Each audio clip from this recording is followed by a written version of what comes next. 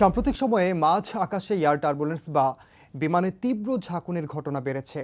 কাতার এয়ারওয়েজের একটি ফ্লাইট তুরস্কের উপর দিয়ে যাওয়ার সময় মাঝ আকাশেই এয়ার টার্বুলেন্সের শিকার হয়।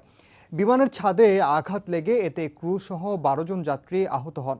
দোহা থেকে ডাবলিনগামী ফ্লাইটটি যদিও পরে নিরাপদে অবতরণ করে। এ ঘটনার মাত্র কদিন আগেই 21 মে মিয়ানমারের আকাশে সিঙ্গাপুর এয়ারলাইন্সের একটি ফ্লাইটও এয়ার টার্বুলেন্সের কবলে পড়ে। লন্ডন থেকে সিঙ্গাপুরগামী ওই ফ্লাইটে প্রচণ্ড ঝাঁকুনিতে এক ব্রিটিশ যাত্রী মারা যান। আহত হন 100-র বেশি যাত্রী।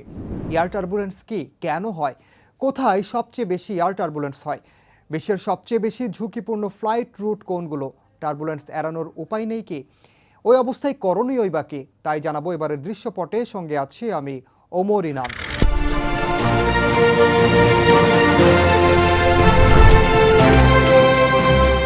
এয়ার টার্বুলেন্স কি? বিমান বা উড়োজাহাজে যারা প্রায়ই চলাচল করেন তাদের জন্য এয়ার টার্বুলেন্স অনেকটাই স্বাভাবিক। তবে মাঝ আকাশে যখন এয়ার টার্বুলেন্স হয় তখন তা আতঙ্কেরই কারণ বটে। অস্ট্রেলিয়ার সিভিল এভিয়েশন সেফটি অথরিটির মতে, যখন একটি প্লেন তুলনামূলকভাবে অস্বাভাবিক বাতাসের মধ্য দিয়ে যায় তখন এয়ার টার্বুলেন্স বা বিমানের তীব্র ঝাঁকুনি সৃষ্টি হয়। সহজ কথায় টার্বুলেন্স বলতে বায়ুর অনিয়মিত প্রবাহকে বোঝায়, যা দুই বিপরীতমুখী বাতাসের সংঘর্ষের কারণে তৈরি হয়। বিপরীতমুখী বায়ুপ্রবাহের ধাক্কাধাক্কির মধ্যে বিমান পড়ে গেলেই এয়ার টার্বুলেন্সের সৃষ্টি হয়। এ সময় বিমানে পরপর ঝাঁকুনি লাগে। উড়োজাহাজের গতিবিধি পরিবর্তনের পাশাপাশি উপর নিচে ওঠানামা করে বিমান। এক ধাক্কায় উড়োজাহাজ কয়েক হাজার ফুট নিচেও নেমে যেতে পারে। এভিয়েশন বিশেষজ্ঞদের মতে বজ্রপাত, থার্মাল, ফ্রন্টাল এবং মাউন্টেন ওয়েভ সহ 8 ধরনের এয়ার টার্বুলেন্সের ঘটনা ঘটতে পারে। এর মধ্যে 6টি সবচেয়ে বেশি ঝুঁকিপূর্ণ। এয়ার টার্বুলেন্স কেন হয়?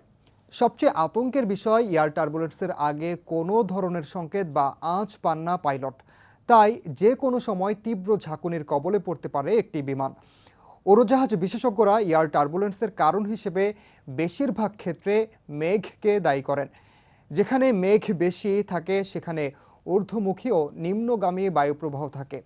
একদিকে গরম বাতাস উপরে ওঠে, অন্যদিকে ঠান্ডা বাতাস সেই শূন্যস্থান পূরণ করে। আর বিপরীতমুখী এই দুই বাতাসের গতি ও অভিমুখ ভিন্ন হওয়ায় এলোমেলোভাবে বাতাস প্রবাহিত হয়, আর যে কারণে তৈরি হয় ঘূর্ণি। আর এই ঘূর্ণির কারণেই এয়ার টার্বুলেন্স ঘটে। জলবায়ু পরিবর্তনের কারণে টার্বুলেন্সের ঘটনা অনেক বেশি বেড়েছে বলে মনে করেন এভিয়েশন বিশেষজ্ঞরা। গত বছর যুক্তরাজ্যের রিডিং ইউনিভার্সিটির বিজ্ঞানীরা পরীক্ষা করে দেখেন, সাধারণত ব্যস্ত নর্থ আটলান্টিক রুটে 1979 থেকে 2020 সালের মধ্যে মারাত্মক টার্বুলেন্স 55% বেড়েছে। একই সঙ্গে কার্বন নিঃসরণ থেকে সৃষ্ট উষ্ণ বাতাসের কারণে অনেক উচ্চতায় বাতাসের গতির পরিবর্তনের কথাও উল্লেখ করেছেন বিজ্ঞানীরা। কোথায় সবচেয়ে বেশি এয়ার টার্বুলেন্স হয়? সাধারণত উঁচু পর্বত, মহাসাগর, বিষুবরেখা এবং মেঘের রাজ্যে প্রবেশের সময় এয়ার টার্বুলেন্স ঘটে। কিন্তু বাতাসের দিক পরিবর্তনের কারণে যে কোনো সময় যে কোনো জায়গায় উড়োজাহাজ তীব্র ঝাঁকুনির কবলে পড়তে পারে। বিশেষজ্ঞরা বলছেন, দাবানলের আগুনের কারণেও এয়ার টার্বুলেন্স ঘটতে পারে। এয়ার টার্বুলেন্স শনাক্ত করার জন্য রাডার প্রযুক্তি উন্নত করা হলেও অনেক যন্ত্রপাতি ও প্রযুক্তি থাকা সত্ত্বেও এখনও স্পষ্টভাবে এয়ার টার্বুলেন্সের ভবিষ্যৎবাণী করতে সক্ষম নন কেউই। বর্ষা মৌসুমে বঙ্গোপসাগর মারাত্মকভাবে উত্তাল থাকে।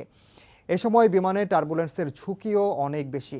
আবার আল্পসের উপর দিয়ে ওড়ার সময় এয়ার টার্বুলেন্স হলেও অনেক সময় তা যাত্রীদের নজরে আসে না বলে জানান গ্রিফিথ ইউনিভার্সিটির গ্রিফিথ অ্যাভিয়েশনের প্রধান ডক্টর গুইডো কারিম জুনিয়র। উচ্চ আর্দ্রতা এবং তাপমাত্রা টার্বুলেন্সকে আরও শক্তিশালী করে তোলে, অর্থাৎ ঝুঁকিপূর্ণ করে তোলে। তাই গ্রীষ্মের সময়ে লন্ডন থেকে নিউ ইয়র্ক সিটিতে উড়ে যাওয়া আর ডিসেম্বরে একই রুটে ওড়া সমান কথা নয়। বিশ্বের সবচেয়ে ঝুঁকিপূর্ণ এয়ার ফ্লাইট রুট কোনগুলো? এয়ার টার্বুলেন্সের পূর্বাভাসকারী সুইডিশ সাইট টার্বলির মতে 2023 সালে এয়ার টার্বুলেন্সের জন্য সবচেয়ে ঝুঁকিপূর্ণ রুট ছিল চিলির সান্তিয়াগো থেকে বলিভিয়ার সান্তাক্রুজ, কাজাখস্তানের আলমাটি থেকে কিরগিজস্তানের বিশকেক, চীনের লানঝু থেকে চেংদু, জাপানের সেন্ট্রিয়ার থেকে সেন্দাই এবং ইতালির মিলান থেকে সুইজারল্যান্ডের জেনেভা রুট। আবার মিলান থেকে জুরিখ। এয়ার টার্বুলেন্সে সুইজারল্যান্ড ছিল 10ম স্থানে।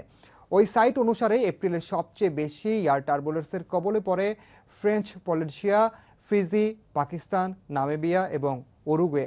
দক্ষিণ প্রশান্ত মহাসাগর ওই মাসে উড়ে যাওয়ার জন্য সবচেয়ে উত্তাল মহাসাগর হিসেবে স্থান পায়। অস্ট্রেলিয়ার ট্রান্সপোর্ট সেফটি ব্যুরো পরিসংখ্যান বলছে 2023 সালে বিশ্বব্যাপী বাণিজ্যিক বিমানে 3047টি ছোট বড় দুর্ঘটনা ঘটেছে। এর মধ্যে 236টি আবহাওয়াজনিত কারণে। আবার 2024 সালে এখন পর্যন্ত বাণিজ্যিক বিমানে 790টির মতো ঘটনা ঘটেছে, যার মধ্যে আবহাওয়াজনিত ঘটনা 52টি। টার্বুলেন্স কতটা বিপজ্জনক? শুরুতেই বলেছি, যারা নিয়মিত বিমানে চলাচল করেন তাদের জন্য এয়ার টার্বুলেন্স অনেকটাই স্বাভাবিক। আসলে বাতাস কতটা শক্তিশালী তার উপর নির্ভর করে ঝাঁকুনি কতটা ভয়াবহ হতে পারে। টার্বুলেন্স যত ভয়াবহ হোক না কেন, তীব্র ঝাঁকুনি যেন বিমান সহ্য করতে পারে সেভাবেই উড়োজাহাজগুলোকে বানানো হয়। তাই টার্বুলেন্সের কারণে বিমান বিধ্বস্ত হওয়ার মতো কোনো শঙ্কা নেই বলেই মনে করেন বিশেষজ্ঞরা। তবে টার্বুলেন্সের কারণে যেহেতু প্রচণ্ড ঝাঁকুনি তৈরি হয়, তাই বিমানের কাঠামোর সঙ্গে লেগে যাত্রীর আহত হওয়ার শঙ্কা রয়েছে। কোনো কোনো ক্ষেত্রে মাথায় আঘাতের কারণে মৃত্যুর ঘটনাও ঘটে। বিশেষজ্ঞদের মতে টার্বুলেন্সে যাত্রী হতাহতের ঘটনা বিরল ব্যাপার। কাতার এয়ারওয়েজ এবং সিঙ্গাপুর এয়ারলাইন্সের ঘটনার মধ্যে কোনো যোগসূত্র আছে? এভিয়েশন বিশেষজ্ঞরা বলছেন, এয়ার টার্বুলেন্সের কবলে পড়া দুটি বিমান একই এলাকায় থাকলে হয়তো সেখানে যোগসূত্র মিলানো যেত। অর্থাৎ বিমান দুটি হয় একই আবহাওয়ায় প্রভাবিত হয়েছে বলে ধরে নেওয়া যেত। কিন্তু কাতার এয়ারওয়েজ এবং সিঙ্গাপুর এয়ারলাইন্সের ফ্লাইট দুটি ভিন্ন সময়ে কয়েক হাজার কিলোমিটার দূরে ছিল এবং তারা কয়েক হাজার দূরেই টার্বুলেন্সের শিকার হয়। 5 দিনের ব্যবধানে দুই বিমানের টার্বুলেন্স কোনো সুস্পষ্ট বায়ুমণ্ডলীয় বা আবহাওয়া সংক্রান্ত ঘটনা সম্পৃক্ত করে এমন কিছু পাওয়া যায়নি। টার্বুলেন্সে করণীয়। এয়ার টার্বুলেন্সের কবলে পড়লে যাত্রীদের বেশ কিছু সতর্কতা অবলম্বনের পরামর্শ দেন বিশেষজ্ঞরা। তা হলো সিট বেল্ট ব্যবহার করা এবং কোনো ভারী জিনিস বাইরে না রাখা। বিশেষত সিট বেল্টটি অবশ্যই ভালোভাবে বেঁধে রাখার উপরেই জোর দেন বিশেষজ্ঞরা। কেননা সিট বেল্ট যদি ভালোভাবে বাঁধা না থাকে, সেক্ষেত্রে বিমানের যে কাঠামোর সঙ্গে মাথায় আঘাত লেগে গুরুতর আহত বা মারা যাওয়ার মতো ঘটনা ঘটে থাকে।